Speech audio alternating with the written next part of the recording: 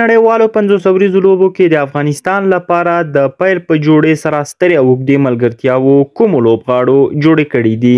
په دغه ریکارډ کې تر ټولو ستره ملګرتیا د رحمان الله ګربز او ابراهیم زدران ترمنځ ده. دوی د بنگلادیش په وړاندې په 2023 کال کې د پیل په وکټ باندې د 256 ستره ملګرتیا کړې وه. په دوهم مقام کې بیا هم رحمان الله ګربز او ابراهیم زدران دي. دوی د پاکستان په وړاندې په 2023 کال کې د اګست په میاشت کې د 224 منډو ستره ملګرتیا تر سره کړې وه. په درېیمه لیکه کې بیا هم همدغه ځوانان دي. دا هغه ځوانان دي چې د افغانستان نوم یې د بیټینګ په برخه کې تر سترو ریکارډونو پورې ورسولو. دوی د آیرلینډ په وړاندې د 150 منډو ملګرتیا کړې وه چې دغه کارنامه یې په روان 2024 کال کې د لوبلړیو په جریان کې کړې وه. په څلورم مقام کې بیا د افغانستان پخوانی لوبغاړی کریم خان صادق او جاوید احمدي دي.